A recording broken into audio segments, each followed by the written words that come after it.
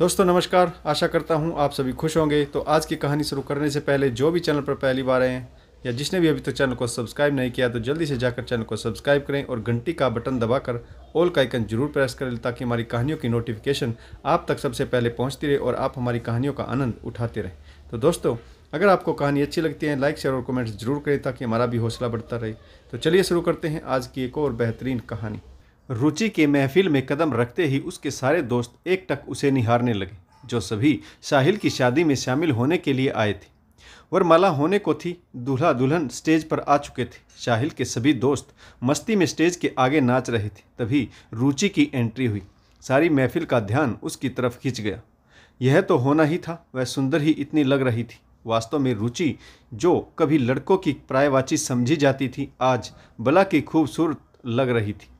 Golden border की हल्की फिरोजी शिफॉन की साड़ी पहने, खुले सिल्की बाल और डायमंड सेट में रुचि आज परियों को भी मात दे रही थी। रुचि को इस रूप में आज तक उसके किसी दोस्त ने नहीं देखा था। रवि ठिठोली करते हुए बोला, अरे यार, ध्यान से देखो और पूछ लो, कहीं वह रुचि ना हो, हमारी नज़रें धोखा खा रही हो। तभी रुचि उनके करीब आते हुए बोली, मैं रुचि ही हूँ। मैंने सोचा कि आज साहिल को दिखा ही दूँ कि उसने क्या खोया है। यह बात वह स्टेज पर चढ़ते हुए कह रही थी। कल्पना, जो ब्राइड है, उसने भी भली भांति सुन ली। शायद यह बात रुचि ने न्यूड ब्राइड को सुनाने के लिए ही कही थी। रवि फिर से हंसते हुए बोला, पर अब तो तुम लेट हो गई, साहिल दूल्हा बन चुका है। यह कहकर सभी दोस्त हंसने लगे। दोस्तों की इसी हंसी ठिठोली में कल्पना गंभीर थी। दुल्हन बनी बैठी होने के कारण वह कुछ कह नहीं सकती थी। अभी वह साहिल को जानती भी नहीं। यह रिश्ता उसके माता पिता ने ढूंढा था। गांव की एक साधारण सी लड़की को दिल्ली में रहने वाला अच्छा वर मिला, जो अच्छा कमाता भी था। इसीलिए घरवालों की खुशी का ठिकाना नहीं था। आनन फानन में उसकी शादी तय कर दी गई। लेकिन आज यह बातें सुनकर कल्पना का दिल बैठा जा रहा था। कहीं गलती तो नहीं हो गई? यह लड़की खुलेआम सब के सामने क्या कह रही, और सब हंस रहे। साहिल भी कुछ नहीं कह रहा। लड़कियों को यह बातें क्या शोभा देती है? साड़ी पहन लेने से क्या कोई संस्कारवान बन जाता है? इन्हीं सब विचारों में उलझी कल्पना ने नज़रें उठाकर देखा तो साहिल की नज़रें उससे टकरा गई। वक्त की नज़ाकत समझते हुए साहिल बोला, अरे यार रुचि, अभी तो मेरी शादी भी नहीं हुई, अभी से लड़ाई करवाओगी क्या? सब फिर से हंसने लगे। ऐसे ही हंसी खुशी सभी रस्में पूरी हो गई। शादी के बाद कल्पना दिल्ली आ गई अपनी गृहस्थी बसाने। शुरुआत में सास भी कल्पना के साथ आई थी, परंतु उन्हें जल्दी ही वापस मेरठ लौटना पड़ा क्योंकि ससुर जी की वहाँ पर नौकरी। कुछ दिनों में ही सास के साथ कल्पना का मधुर रिश्ता बन गया था। वह बहुत खुश थी। साहिल भी उसे भरपूर चाहता था। मकान, गाड़ी, सारी सुख सुविधाएं थी उसके पास। अपने मायके फ़ोन करके वह तारीफ़ों के पुल बांधती रहती।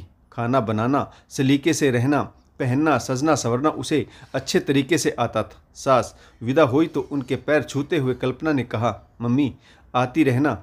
साहिल बोला, कल्पना, मैं मम्मी को स्टेशन तक छोड़कर आता हूँ। आज पहली बार कल्पना घर में अकेली थी। वह गुनगुनाती हुई घर को संवारने लगी। तभी फ़ोन की घंटी बजी। उसने देखा कि साहिल अपना सेल फ़ोन घर पर ही भूल गया है। साहिल के फ़ोन की स्क्रीन पर रुचि का नाम फ्लैश हो रहा था, जिसे देखकर कल्पना की त्योड़ियाँ चढ़ गई। फ़ोन उठाऊं या नहीं, सोचते हुए उसने फ़ोन उठा ही लिया। उसने सोचा कि वह पहले से हेलो नहीं कहेगी। देखना चाहती थी कि रुचि कैसे पुकारती है साहिल को। फ़ोन उठाया तो रुचि की आवाज़ में गर्म जोशी थी। हेलो डियर, कहाँ खो गए शादी के बाद? कल्पना ने जवाब दिया, साहिल घर पर नहीं। अच्छा, तुम कल्पना हो ना? तुमने मुझे पहचाना नहीं होगा। शादी में मुलाकात हुई थी। शादी में वैसे भी इतने चेहरों से मिलते हैं कि याद रखना मुश्किल होता है। रुचि की आवाज़ में अभी भी गर्म जोशी थी। कल्पना ने रूखे शब्दों में फिर से पूछा, उनसे कोई काम था क्या? मुझे बता दीजिए। रुचि बोली, साहिल से नहीं, आंटी जी से बात करनी थी। कल्पना का दिल फिर से घबरा उठा। बोली, मम्मी तो मेरठ के लिए निकल चुकी है। क्या बात करनी, मुझसे बता दीजिए। रुचि ने यह कहते हुए फ़ोन काट दिया कि कोई खास काम नहीं, ऐसे ही फ़ोन कर लिया था। यह बात कल्पना को बहुत अजीब लगी। यह तो साहिल से ही नहीं बल्कि सास से भी बातचीत करती। क्या पता कब से इनकी साठगांठ चल रही। क्या पता सासुमाँ भी इसमें शामिल हो। लेकिन अब तो हमारी शादी हो गई, अब तो पीछा छोड़ दे कल मुही कहीं की, बड़बड़ाती हुई वह अपने काम पर लग गई। साहिल के वापस लौटने पर कल्पना ने उसे रुचि के फ़ोन के बारे में कुछ नहीं बताया। सोचा अब जो ज़रूरी काम है ही नहीं तो उसे याद क्यों दिलाना। जीवन यथावत चलने लगा। साहिल सुबह देर शाम तक ऑफिस में रहता और कल्पना घर में मगन रहती। दिन भर पसंदीदा पकवान बनाती, घर के काम करती, सजाती संवारती और शाम ढलते ही पति का इंतजार करती। एक शाम ऑफिस से लौटकर साहिल ने कहा, कल्पना मैंने रुचि को रविवार को खाने पर बुलाया है, तुम प्लीज़ पकवान बनाना। कल्पना बोली, ठीक है, आप चिंता मत करिए, मैं अपनी तरफ से कुछ अच्छा ही बनाऊंगी।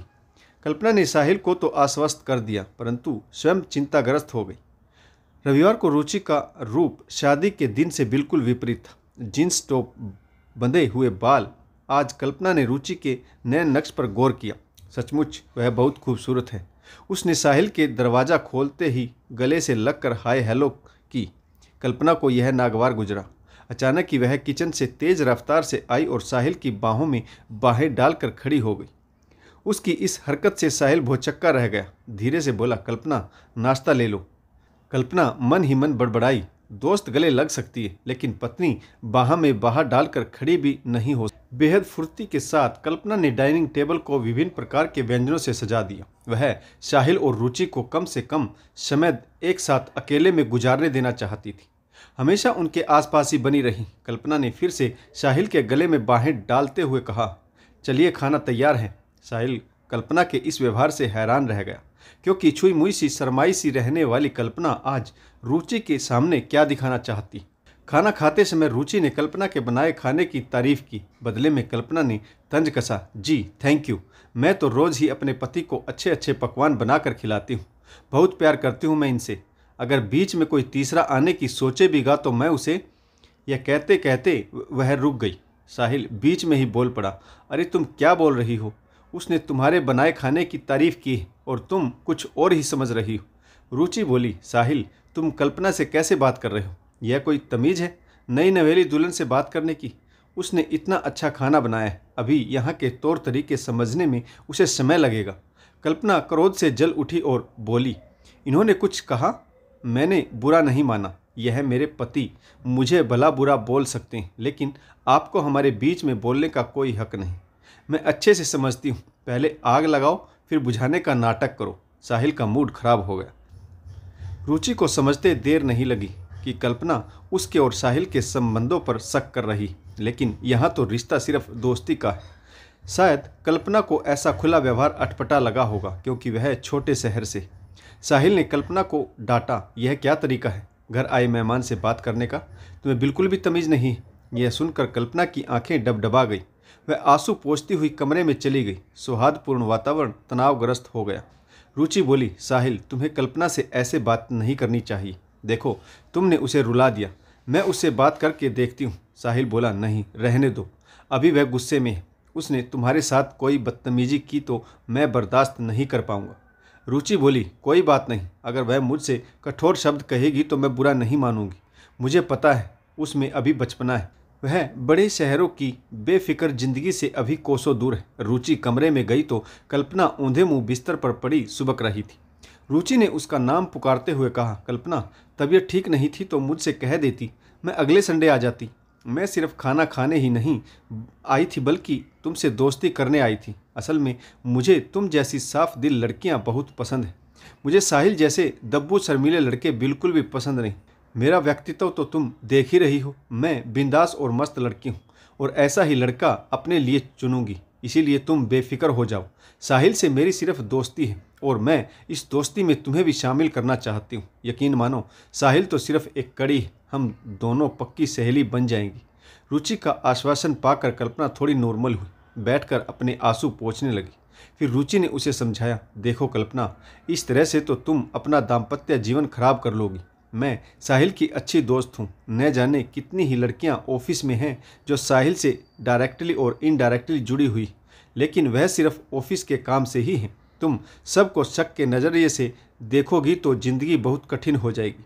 इन सब फिजूल की बातों में पड़ने से अच्छा है तुम अपने कैरियर पर ध्यान दो। तुम छोटे शहर से जरूर हो लेकिन पढ़ी लिखी हो, बजाय इसके कि तुम्हारे पति के आसपास कौन घूमता है। तुम इस बात पर ध्यान रखो कि तुम्हारा पति सिर्फ तुम्हारा है, वह तुम्हारे प्रति वफादार है। तुम्हें अपनी ज़िंदगी में आगे बढ़ना होगा, तुम्हें उसके बराबर कामयाबी हासिल करनी होगी, तभी तालमेल ठीक बैठेगा, वरना घर की चार दीवारी में कैद तुम ऐसे ही शक के दायरे में घिरी रहोगी। ज़िंदगी का दायरा बहुत बड़ा है, खुला आसमान है, उड़कर तो देखो। गृहस्थी और पति के इर्द गिर्द ही अपने आप को क्यों समेटती हो? अपनी पहचान बनाओ। कल्पना ने रुचि का धन्यवाद किया कि उसने वास्तविकता से उसे रूबरू कराया। भविष्य में दोनों अच्छी दोस्त बन गई। तो दोस्तों, कहानी कैसी लगी कमेंट्स जरूर कीजिएगा। इस कहानी में किस पात्र की भूमिका अच्छी रही और इस कहानी से क्या सीख मिली यह भी कमेंट्स करके जरूर बताएगा।